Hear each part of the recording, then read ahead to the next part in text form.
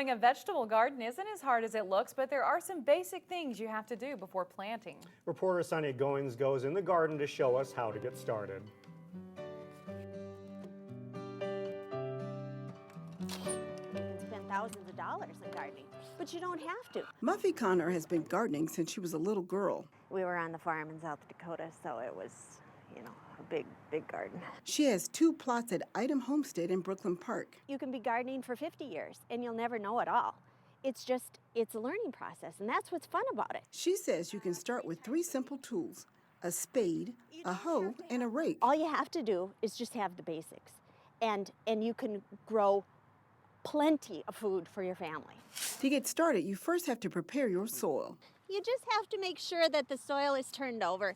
What you want to be looking for while you're turning over the soil is any kind of roots and weeds. There's a good reason for turning the soil. You want to check to make sure that your soil is healthy and that you've got worms in there. Worms provide fertilizer by bringing oxygen and nutrients to the soil. If you don't have any worms, then you got dead soil. Next come the planting. It depends on the crop, but you should space your seeds about 4 inches apart. Then you just go like this, and voila, that's it.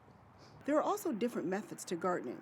You could go the traditional route and plant your crops in a row, or you could use the hill system, where seeds are planted on a mound. It provides more oxygen for the roots, and then it also warms faster. The hill method is popular in the South because it's good for clay soil. The disadvantage for this type of soil, because we have really sandy soil, is that it has to be watered more. Another way to go is the so-called broadcast method. That's where you basically scatter seeds on the ground. And they don't use rows at all.